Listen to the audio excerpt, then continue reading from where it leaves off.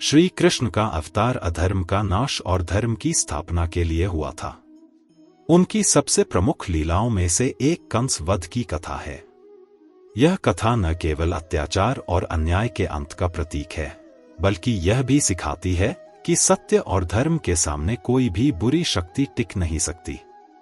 मथुरा का राजा कंस एक क्रूर और अत्याचारी शासक था। उसने अपनी बहन देवकी और बहनोई वसुदेव को यह जानने के बाद कैद कर लिया था कि देवकी का 8वां पुत्र उसका वध करेगा। कंस ने देवकी के 6 बच्चों को जन्म लेते ही मार दिया। 7वें गर्भ में बलराम का जन्म हुआ, जिन्हें योगमाया ने रोहिणी के गर्भ में स्थानांतरित कर दिया। 8वें गर्भ से श्री कृष्ण का जन्म हुआ।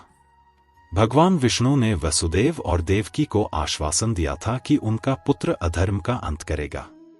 श्री कृष्ण का जन्म कंस की कैद में आधी रात को हुआ।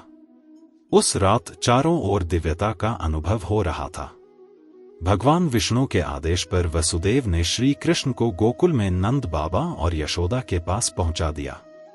वहां कृष्ण ने बाल लीलाओं के साथ अपना बचपन बिताया। जब श्री कृष्ण युवा हुए तो कंस ने मथुरा में एक धनुर्यज्ञ का आयोजन किया और श्री कृष्ण और बलराम को निमंत्रित किया।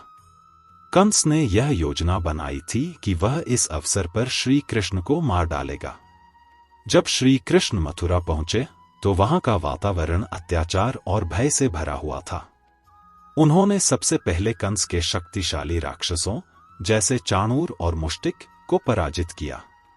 धनुर्यज्ञ के दौरान श्री कृष्ण ने कंस के विशाल धनुष को तोड़ दिया। इसके बाद उन्होंने कंस के महल में प्रवेश किया और उसे ललकारा। कंस ने अपनी पूरी शक्ति से श्री कृष्ण पर आक्रमण किया, लेकिन भगवान विष्णु के अवतार के सामने वह टिक नहीं सका। श्री कृष्ण ने कंस को पकड़कर भूमि पर पटक दिया और उसका वध कर दिया। कंस का अंत होते ही मथुरा में अन्याय और अत्याचार का अंत हो गया। कंस वध की यह कथा सिखाती है कि अन्याय और अधर्म चाहे कितना भी शक्तिशाली क्यों न हो, उसका अंत निश्चित है। श्री कृष्ण ने यह दिखाया कि धर्म और सत्य के मार्ग पर चलने वाले को किसी भी बुरी शक्ति से डरने की आवश्यकता नहीं है। यह कथा यह भी सिखाती है कि अत्याचारियों के विनाश के लिए समय और धैर्य का विशेष महत्व है। कंस वध की कथा श्री कृष्ण के जीवन का एक महत्वपूर्ण अध्याय है। यह कथा हमें प्रेरणा देती है कि हमें धर्म, सत्य और न्याय के मार्ग पर चलते हुए अपने कर्तव्यों को निभाना चाहिए। श्री कृष्ण ने अपने कृत्यों से यह सिखाया कि सच्चाई और साहस के साथ जीवन जीने से हर बुराई पर विजय प्राप्त की जा सकती है।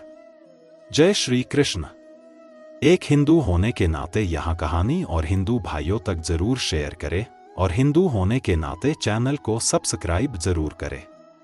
श्री कृष्ण ने अपने जीवन में न्याय और सत्य की स्थापना के लिए कई महत्वपूर्ण कार्य किए। स्यमंतक मणि की कथा ईमानदारी, न्याय और सत्य की शक्ति का उदाहरण है। यह कथा दिखाती है कि भगवान हमेशा सत्य और धर्म के साथ खड़े होते हैं। स्यमंतक मणि एक दिव्य मणि थी जो भगवान सूर्य से वरदान के रूप में सत्यजीत को प्राप्त हुई थी। यह मणि इतना तेजस्वी थी कि जहां भी इसे रखा जाता वहां अपार धन और सोने की वर्षा होती। सत्यजीत द्वारका में श्री कृष्ण के मित्र और मंत्री थे, लेकिन इस मणि के कारण कई लोगों में लोभ और ईर्ष्या उत्पन्न हो गई। एक दिन सत्यजीत के भाई प्रसेन मणि को पहनकर जंगल में शिकार करने गए। वहां शेर ने प्रसेन को मार दिया और मणि को लेकर चला गया। जब प्रसेन जंगल से वापस नहीं लौटे तो सत्यजीत ने श्री कृष्ण पर मणि चुराने का झूठा आरोप लगाया। उन्होंने कहा कि कृष्ण ने मणि के लिए प्रसेन की हत्या की है। श्री कृष्ण, जो सत्य और धर्म के पक्षधर थे, ने इस आरोप का खंडन किया और सत्य को साबित करने का निर्णय लिया। श्री कृष्ण ने जंगल की ओर प्रस्थान किया। वहां उन्होंने शेर के पंजों के निशान का अनुसरण किया और पाया कि शेर को जामवंत, रामायण के समय के महान भक्त, ने मार दिया था और मणि को अपनी गुफा में रख लिया था। जब श्री कृष्ण जामवंत की गुफा में पहुंचे तो जामवंत ने मणि को लौटाने से मना कर दिया। दोनों के बीच 21 दिनों तक घोर युद्ध हुआ।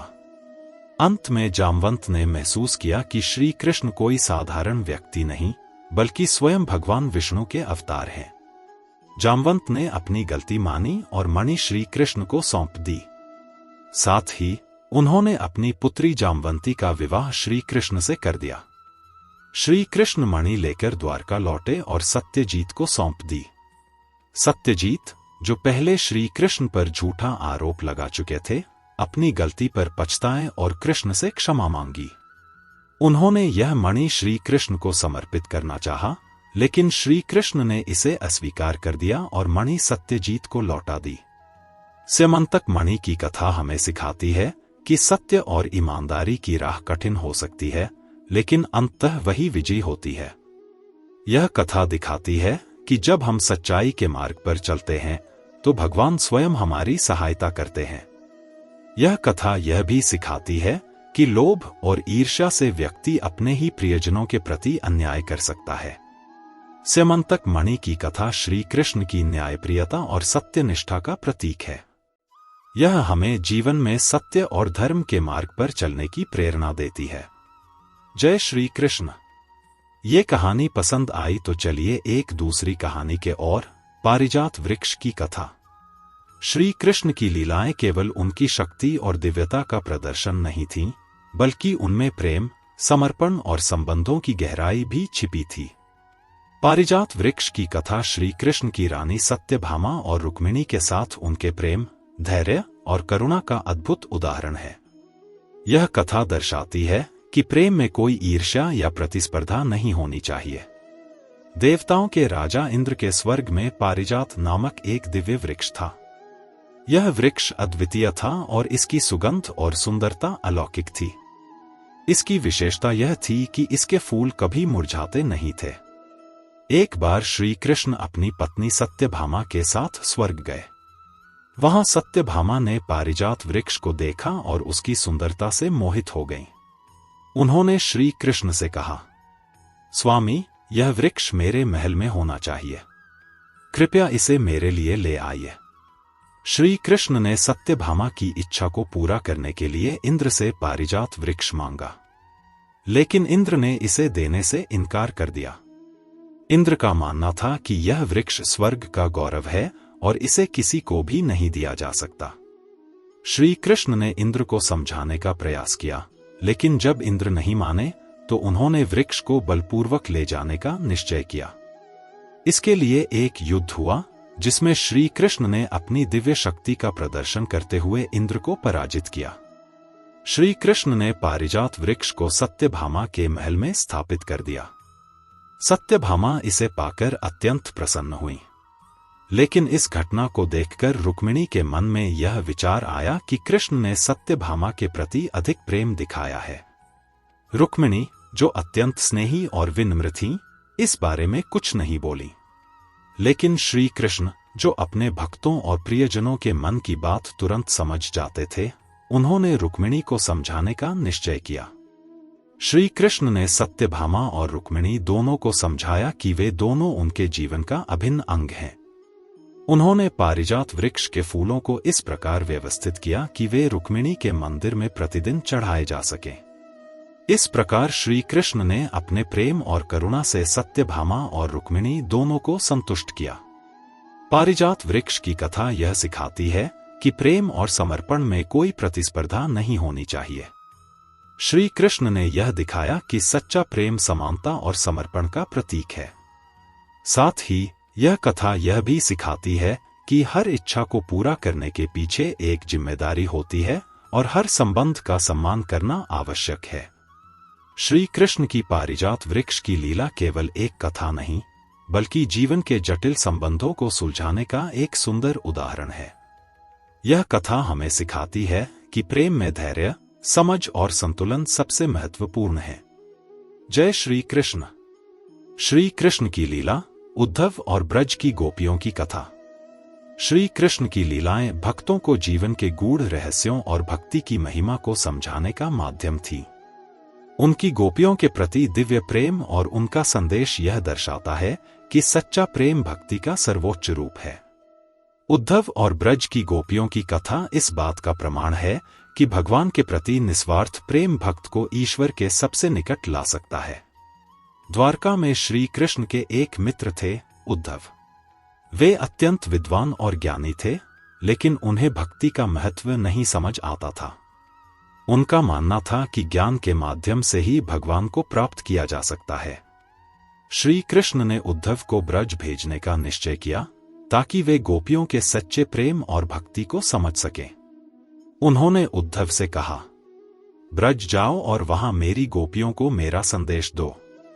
उन्हें समझाओ कि वे मुझे भौतिक रूप में देखने के लिए परेशान न हों, क्योंकि मैं हर समय उनके हृदय में उपस्थित हूं। उद्धव ब्रज पहुंचे और गोपियों से मिले। उन्होंने गोपियों को श्री कृष्ण का संदेश सुनाया और कहा, आप सभी को श्री कृष्ण को भौतिक रूप में देखने की आवश्यकता नहीं है। भगवान सर्वत्र हैं। ध्यान और योग के माध्यम से आप उन्हें महसूस कर सकती हैं। लेकिन गोपियों ने मुस्कुराते हुए उत्तर दिया, उद्धव जी, हम सरल हृदय की ग्रामीण स्त्रियां हैं। हमें ज्ञान या योग का महत्व नहीं पता। हमारे लिए तो कृष्ण ही सब कुछ हैं। उनके बिना हमारा जीवन अधूरा है। गोपियों ने उद्धव को बताया कि उनका प्रेम श्री कृष्ण के लिए इतना गहरा है कि वे हर क्षण उनकी उपस्थिति को महसूस करती हैं। उन्होंने कहा, हमारी सांसें, हमारा जीवन, सब कुछ कृष्ण में ही समाहित है। उनकी स्मृति में ही हमें आनंद मिलता है। उनके बिना हमारा अस्तित्व शून्य है। उद्धव यह देखकर स्तब्ध रह गए कि गोपियों का प्रेम और भक्ति कितना सच्चा और निस्वार्थ है। उन्हें यह एहसास हुआ कि ज्ञान और योग से कहीं अधिक महत्वपूर्ण है भक्ति और समर्पण। उद्धव ब्रज की गोपियों के सच्चे प्रेम और समर्पण को देखकर अभिभूत हो गए। उन्होंने महसूस किया कि गोपियों ने भक्ति के उच्चतम स्तर को प्राप्त कर लिया है। यह प्रेम केवल सांसारिक नहीं, बल्कि दिव्य और शुद्ध था। उन्होंने श्री कृष्ण के प्रति गोपियों के प्रेम और उनके निस्वार्थ समर्पण को स्वीकार किया और ब्रज से लौटकर श्री कृष्ण से कहा, हे कृष्ण, आपकी गोपियों का प्रेम अनंत और अद्वितीय है। उनकी भक्ति ने मुझे सिखाया कि ईश्वर को पाने का सबसे सरल और सच्चा मार्ग प्रेम और समर्पण है। उद्धव और गोपियों की कथा यह सिखाती है कि सच्चा प्रेम और भक्ति ही भगवान को प्राप्त करने का सर्वोत्तम मार्ग है। यह कथा दिखाती है कि ज्ञान और योग केवल साधन है, लेकिन भक्ति वह सीढ़ी है जो सीधे भगवान तक पहुंचाती है। उद्धव और गोपियों की कथा श्री कृष्ण की लीलाओं का एक महत्वपूर्ण अध्याय है। यह हमें सिखाती है कि प्रेम और भक्ति का मार्ग सबसे सरल लेकिन सबसे प्रभावी है। श्री कृष्ण के प्रति गोपियों का निस्वार्थ प्रेम आज भी हर भक्त के लिए प्रेरणा का स्रोत है। श्री कृष्ण ने अपने जीवन में धर्म की स्थापना और अधर्म के विनाश के लिए अनेक लीलाएं की। शिशुपाल का वध उनकी प्रमुख लीलाओं में से एक है, जो यह सिखाती है कि जब अन्याय, अहंकार और अधर्म अपनी सीमा पार कर जाते हैं, तो ईश्वर स्वयं उनका अंत करने के लिए प्रकट होते हैं। शिशुपाल चेदी राज्य का राजा और श्री कृष्ण का चचेरा भाई था। शिशुपाल का जन्म एक विशेष वरदान और शाप के साथ हुआ था। जन्म के समय उसकी 4 भुजाएं और 3 आंखें थीं। उसे देखकर उसकी माता, श्री कृष्ण की बुआ, घबरा गईं। तभी एक आकाशवाणी हुई कि शिशुपाल को वही व्यक्ति मारेगा जिसका वह जीवन भर अपमान करेगा। लेकिन यह भी कहा गया कि उसकी माता के अनुरोध पर वह व्यक्ति शिशुपाल के 100 अपराधों को क्षमा करेगा। शिशुपाल को बचपन से ही श्री कृष्ण से घृणा थी। वह अक्सर उनके खिलाफ बुरा भला कहता और उन्हें नीचा दिखाने का प्रयास करता। श्री कृष्ण ने उसकी माता को वचन दिया था कि वह उसके 100 अपराधों को माफ करेंगे। शिशुपाल का अहंकार समय के साथ बढ़ता गया। उसने न केवल श्री कृष्ण बल्कि धर्म और न्याय के सभी सिद्धांतों का अपमान किया। युधिष्ठिर ने अपने राज्याभिषेक के बाद राजसूय यज्ञ का आयोजन किया। इस यज्ञ में सभी बड़े राजाओं और ऋषियों को आमंत्रित किया गया। यज्ञ के दौरान सभा में यह तय किया गया कि श्री कृष्ण को अग्रपूजा का सम्मान दिया जाएगा। शिशुपाल ने इसका विरोध किया और सभा में श्री कृष्ण का अपमान करने लगा। उसने उन्हें भरी सभा में बुरा भला कहा और उनके चरित्र पर सवाल उठाए। शिशुपाल ने श्री कृष्ण के वचन के अनुसार 100 अपराध पूरे कर लिए। श्री कृष्ण ने उसे बार बार चेतावनी दी, लेकिन वह अपनी सीमाएं लांघता रहा। जब उसने 100 अपराध पूरे कर दिए और फिर भी अपमान जारी रखा, तो श्री कृष्ण ने अपने सुदर्शन चक्र का उपयोग किया। चक्र ने शिशुपाल का वध कर दिया और उसका अहंकार समाप्त हो गया। शिशुपाल को मरते ही मोक्ष प्राप्त हुआ। यह इसलिए हुआ क्योंकि उसने जीवन भर श्री कृष्ण के बारे में सोचा, चाहे वह द्वेष के कारण ही क्यों न हो। उसकी आत्मा श्री कृष्ण के परमधाम में लीन हो गई। शिशुपाल वध की कथा सिखाती है कि अहंकार और अन्याय की एक सीमा होती है। जब यह सीमा पार हो जाती है तो ईश्वर स्वयं अधर्म का अंत करने के लिए प्रकट होते हैं। यह कथा यह भी दर्शाती है कि ईश्वर अपने भक्तों के धैर्य और भक्ति की परीक्षा लेते हैं, लेकिन अंत में धर्म और सत्य की विजय होती है। श्री कृष्ण की यह लीला यह सिखाती है कि सच्चाई और धर्म के मार्ग पर चलने वाला व्यक्ति सदैव विजयी होता है। शिशुपाल के वध के माध्यम से उन्होंने यह दिखाया कि अन्याय और अहंकार का अंत निश्चित है। जय श्री कृष्ण। कृष्णा जी की बातें अगर आपको पसंद आ रही है तो कमेंट में राधे राधे जरूर बोलिए, और चलिए वीडियो में आगे और ज्ञान की बातें सुनते हैं। श्री कृष्ण की लीला, द्रौपदी को अक्षय पात्र देने की कथा। श्री कृष्ण अपने भक्तों की हर समस्या का समाधान करते थे, चाहे वह कितनी भी बड़ी या छोटी क्यों न हो। उनकी द्रौपदी के प्रति करुणा और उनकी सहायता करने की कथा हमें सिखाती है कि सच्चे भक्तों की हर पुकार पर भगवान सदैव सहायता के लिए उपस्थित रहते हैं। अक्षय पात्र की यह कथा भक्ति और भगवान की कृपा का अद्भुत उदाहरण है। महाभारत के समय पांडवों को वनवास मिला। इस दौरान उन्हें जंगलों में रहना पड़ा, जहां भोजन और आवश्यक चीजों की कमी थी। उनके साथ द्रौपदी भी थी, जो पांडवों की पत्नी थी। द्रौपदी हर दिन पांडवों और उनके साथ आए ऋषियों के लिए भोजन तैयार करती थी। एक दिन जंगल में दुर्वासा ऋषि अपने शिष्यों के साथ पांडवों के पास आए। उन्होंने पांडवों से भोजन की मांग की। यह सुनकर द्रौपदी चिंतित हो गईं, क्योंकि उनके पास भोजन समाप्त हो चुका था। द्रौपदी ने श्री कृष्ण को याद किया और प्रार्थना की, हे गोविंद, आप ही हमारे रक्षक हैं। इस कठिन समय में मेरी सहायता कीजिए। द्रौपदी की पुकार सुनकर श्री कृष्ण तुरंत वहां प्रकट हुए। उन्होंने मुस्कुराते हुए कहा, हे सखी, मुझे भूख लगी है, क्या मेरे लिए भोजन है? द्रौपदी ने लज्जा से कहा, हे कान्हा, हमारे पास कुछ भी नहीं बचा है। आप ही हमें इस समस्या से बाहर निकाल सकते हैं। श्री कृष्ण ने द्रौपदी से वह बर्तन दिखाने को कहा जिसमें वह भोजन बनाती थी। उन्होंने देखा कि बर्तन के किनारे पर थोड़ा सा भोजन लगा हुआ था। उन्होंने वह भोजन उठा लिया और कहा, यह भोजन मेरे लिए पर्याप्त है। श्री कृष्ण ने उस भोजन को खा लिया और प्रसन्नता से मुस्कुराए। उनकी इस लीला के प्रभाव से दुर्वासा ऋषि और उनके शिष्यों का पेट अदृश्य रूप से भर गया।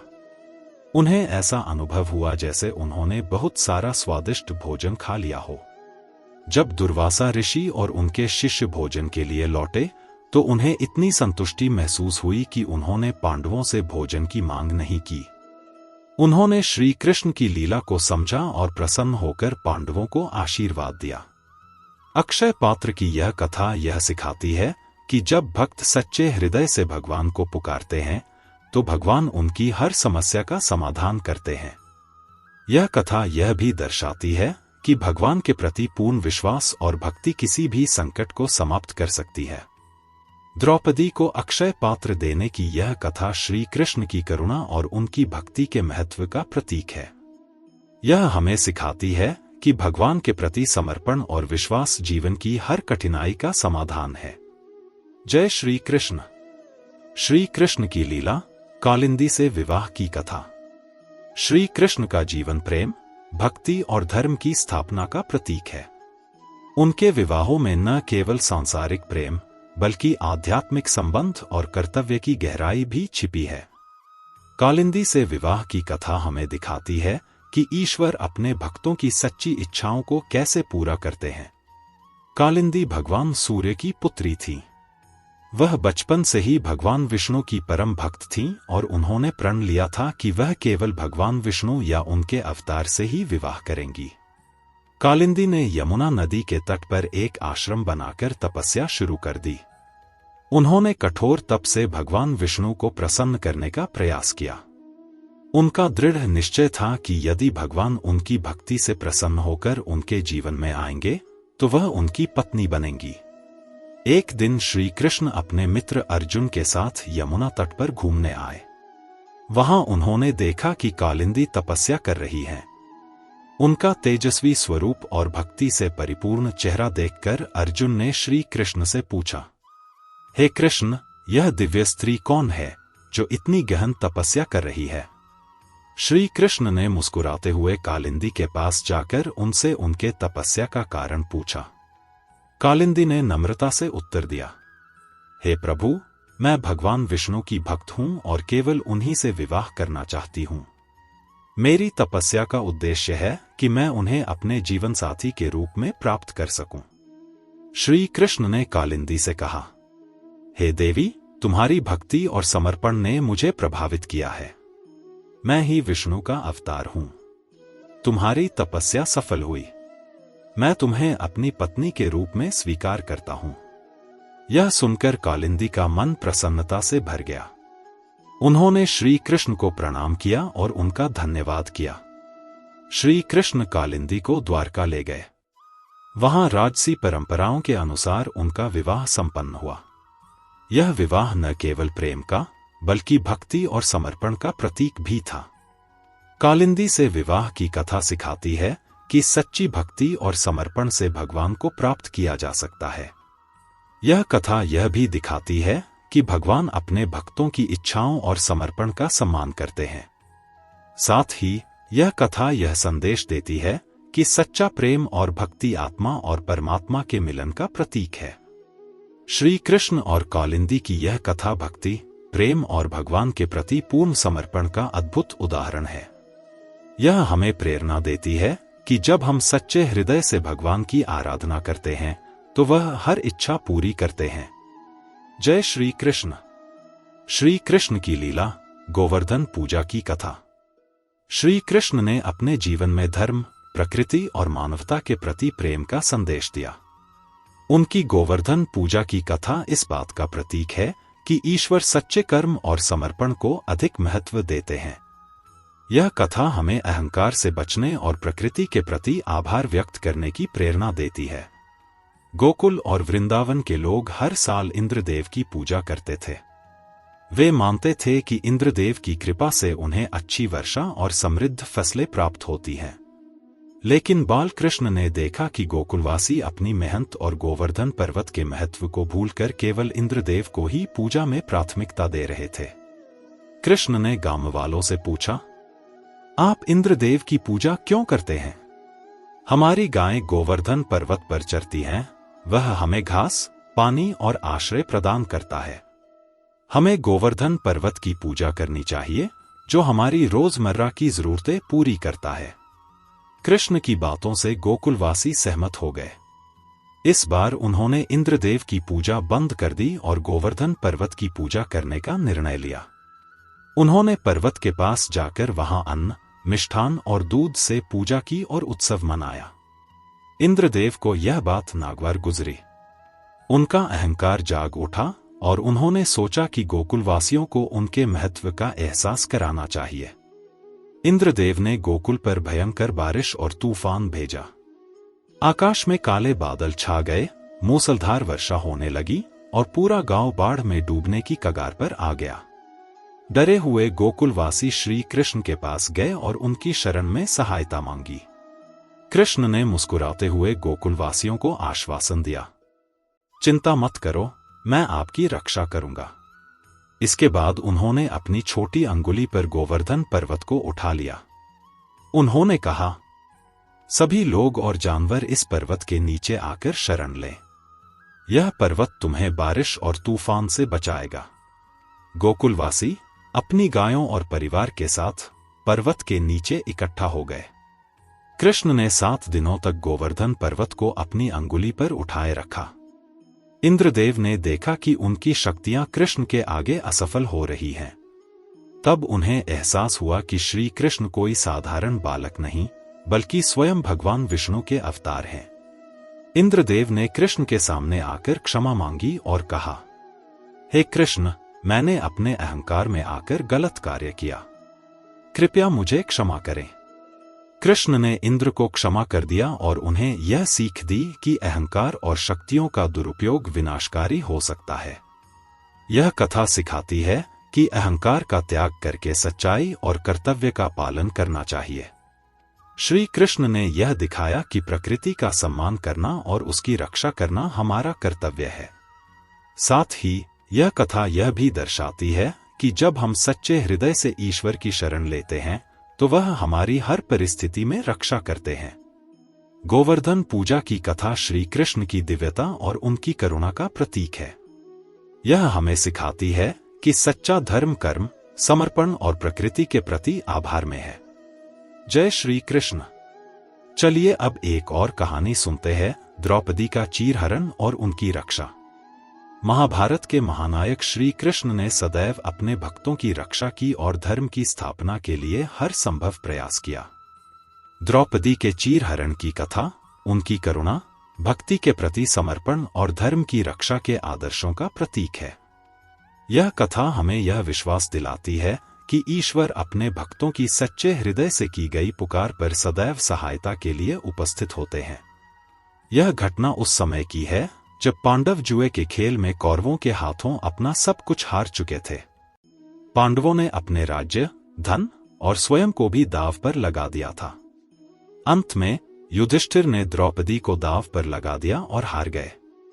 दुर्योधन के आदेश पर दुशासन ने द्रौपदी को सभा में खींचकर लाने का प्रयास किया। द्रौपदी उस समय रजस्वला थी और एक वस्त्र में थी। सभा में सभी बड़े बड़े राजाओं और वीरों के सामने दुशासन ने द्रौपदी का चीरहरण करना चाहा। सभा में कोई भी द्रौपदी की सहायता के लिए आगे नहीं आया। दुशासन ने द्रौपदी का अपमान करना शुरू कर दिया। द्रौपदी ने अपनी रक्षा के लिए पूरी सभा से मदद मांगी, लेकिन सभी मौन थे।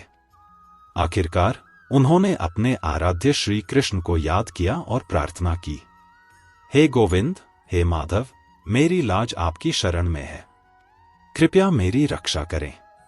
द्रौपदी की सच्ची भक्ति और पुकार सुनकर श्री कृष्ण ने तुरंत उनकी सहायता की। जैसे ही दुशासन ने उनका चीर खींचना शुरू किया, श्री कृष्ण ने अपने दिव्य शक्ति से उनके वस्त्र को अनंत कर दिया। दुशासन ने पूरी शक्ति लगा दी, लेकिन वह द्रौपदी का चीर समाप्त नहीं कर सका। वह थककर गिर पड़ा और द्रौपदी की लाज बच गई। यह देखकर सभा में सभी स्तब्ध रह गए।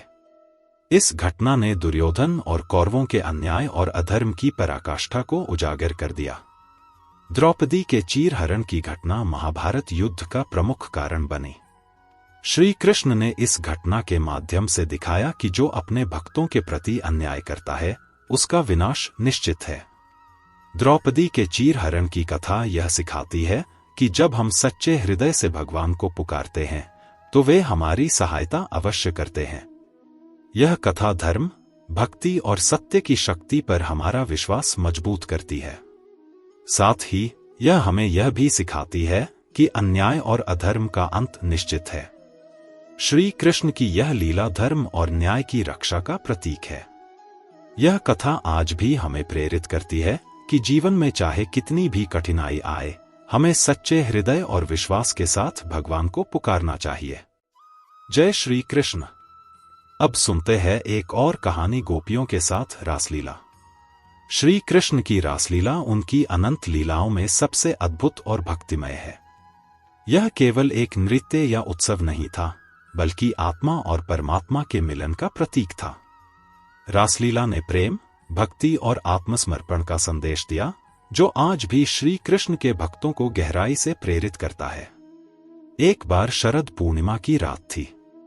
आकाश में चंद्रमा अपनी पूर्ण कांति से चमक रहा था। वृंदावन की यमुना के किनारे प्रकृति अपनी मधुरता में थी। श्री कृष्ण ने अपनी बांसुरी उठाई और उस पर दिव्य सुर छेड़ दिए। उनकी बांसुरी की धुन सुनते ही वृंदावन की गोपियां अपने सारे काम छोड़कर उनके पास दौड़ी चली आईं। वे सभी श्री कृष्ण के प्रेम में मग्न थीं और उनकी बांसुरी का आह्वान टाल नहीं सकी। जब गोपियां कृष्ण के पास पहुंची तो उन्होंने उनसे कहा, हे कान्हा, हमने सब कुछ छोड़कर आपकी बांसुरी की पुकार पर यहां आ गए हैं, कृपया हमें अपनाइए। श्री कृष्ण मुस्कुराते हुए बोले, गोपियों, आप सभी के प्रेम और समर्पण से मैं प्रसन्न हूं, लेकिन क्या आप जानती हैं कि अपनी गृहस्थी और कर्तव्यों को छोड़कर यहां आना सही है? गोपियों ने उत्तर दिया, हे कृष्ण, आप हमारे जीवन का आधार हैं। हमारा सारा कर्तव्य और धर्म केवल आपकी सेवा में है। श्री कृष्ण ने गोपियों के प्रेम और भक्ति को स्वीकार किया। उन्होंने उन्हें न केवल मित्र और प्रेमिका के रूप में अपनाया, बल्कि हर गोपी को यह अनुभव कराया कि वह केवल उनके लिए ही है। रासलीला प्रारंभ हुई। श्री कृष्ण ने अपनी माया से हर गोपी के साथ एक स्वरूप धारण किया, जिससे हर गोपी को लगा कि वह अकेले उनके साथ नृत्य कर रहे हैं। यह दिव्य नृत्य प्रेम, भक्ति और आत्मा परमात्मा के मिलन का प्रतीक था। रासलीला केवल एक नृत्य नहीं था। यह हमें यह सिखाता है कि जब आत्मा पूर्ण समर्पण के साथ परमात्मा की ओर बढ़ती है तो वह उससे एकाकार हो जाती है। गोपियां केवल श्री कृष्ण के भौतिक रूप से नहीं, बल्कि उनकी दिव्यता और उनके ईश्वरत्व से जुड़ी थी। रासलीला की यह कथा यह सिखाती है कि प्रेम और भक्ति में कोई भेदभाव नहीं होता। जब कोई पूर्ण समर्पण और निस्वार्थ भाव से ईश्वर की आराधना करता है तो ईश्वर उसे अपने निकट स्वीकार करते हैं। यह कथा यह भी दिखाती है कि भगवान केवल उन्हीं के नहीं हैं जो उनके पास धन और शक्ति लेकर आते हैं, बल्कि वे उनके भी हैं जिनके पास केवल सच्चा प्रेम और भक्ति है। श्री कृष्ण की रासलीला उनकी दिव्यता और गोपियों के निस्वार्थ प्रेम का प्रतीक है। यह कथा आज भी हमें सिखाती है कि प्रेम और भक्ति के माध्यम से हम भगवान से जुड़ सकते हैं और अपनी आत्मा को शांति और आनंद में स्थिर कर सकते हैं। जय श्री कृष्ण। श्री कृष्ण की लीला, संदीपनी मुनि के पुत्र का उद्धार। श्री कृष्ण का जीवन केवल धर्म और प्रेम की स्थापना तक सीमित नहीं था, बल्कि उन्होंने अपने कर्मों से अपने गुरु और ज्ञान के प्रति सम्मान का भी आदर्श स्थापित किया। संदीपनी मुनि के पुत्र का उद्धार उनकी ऐसी ही एक कथा है जो गुरु भक्ति, शिष्य का कर्तव्य और भगवान की करुणा का सुंदर उदाहरण है। श्री कृष्ण और उनके बड़े भाई बलराम अपनी शिक्षा प्राप्त करने के लिए उज्जैन के महान ऋषि संदीपनी मुनि के आश्रम में गए। दोनों ने वहां वेद, शास्त्र, अस्त्र शस्त्र और नीति की शिक्षा ग्रहण की। जब उनकी शिक्षा पूरी हुई तो उन्होंने संदीपनी मुनि से गुरु दक्षिणा मांगने का आग्रह किया।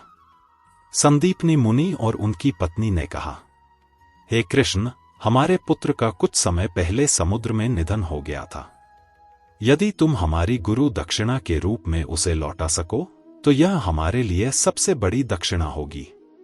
संदीपनी मुनि की इच्छा सुनकर श्री कृष्ण और बलराम ने उनके पुत्र को वापस लाने का निश्चय किया। उन्होंने सबसे पहले समुद्र देव से संपर्क किया और उनसे पूछा, क्या तुमने संदीपनी मुनि के पुत्र को देखा है? समुद्र देव ने उत्तर दिया, हे भगवान, संदीपनी मुनि के पुत्र को समुद्र में रहने वाले दैत्य शंखासुर ने अपहरण कर लिया था।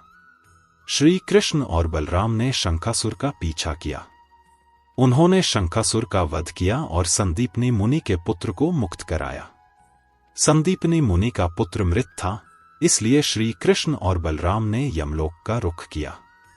वहां उन्होंने यमराज से आग्रह किया, हे यमराज, संदीपनी मुनि के पुत्र को उसके माता पिता के पास वापस भेज दो। यह हमारी गुरु दक्षिणा का हिस्सा है।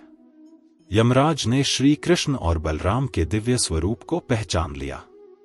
उन्होंने बिना किसी हिचकिचाहट के संदीपनी मुनि के पुत्र को पुनर्जीवित कर दिया। श्री कृष्ण और बलराम संदीपनी मुनि के पुत्र को लेकर उनके आश्रम लौट आए। अपने पुत्र को जीवित देखकर मुनि और उनकी पत्नी अत्यंत प्रसन्न हुए। उन्होंने दोनों भाइयों को आशीर्वाद दिया और कहा, तुम्हारी यह गुरु भक्ति संपूर्ण ब्रह्मांड के लिए एक आदर्श है। संदीपनी मुनि के पुत्र के उद्धार की कथा यह सिखाती है कि गुरु का सम्मान और उनकी सेवा शिष्य का परम धर्म है। यह कथा यह भी दर्शाती है कि भगवान अपने भक्तों और प्रियजनों की हर इच्छा को पूरा करने के लिए तत्पर रहते हैं। श्री कृष्ण की यह लीला गुरु शिष्य के आदर्श संबंध की ओर ध्यान आकर्षित करती है। यह हमें प्रेरित करती है कि हमें अपने ज्ञान के स्रोत, गुरुजनों और धर्म के प्रति सच्ची श्रद्धा रखनी चाहिए। जय श्री कृष्ण।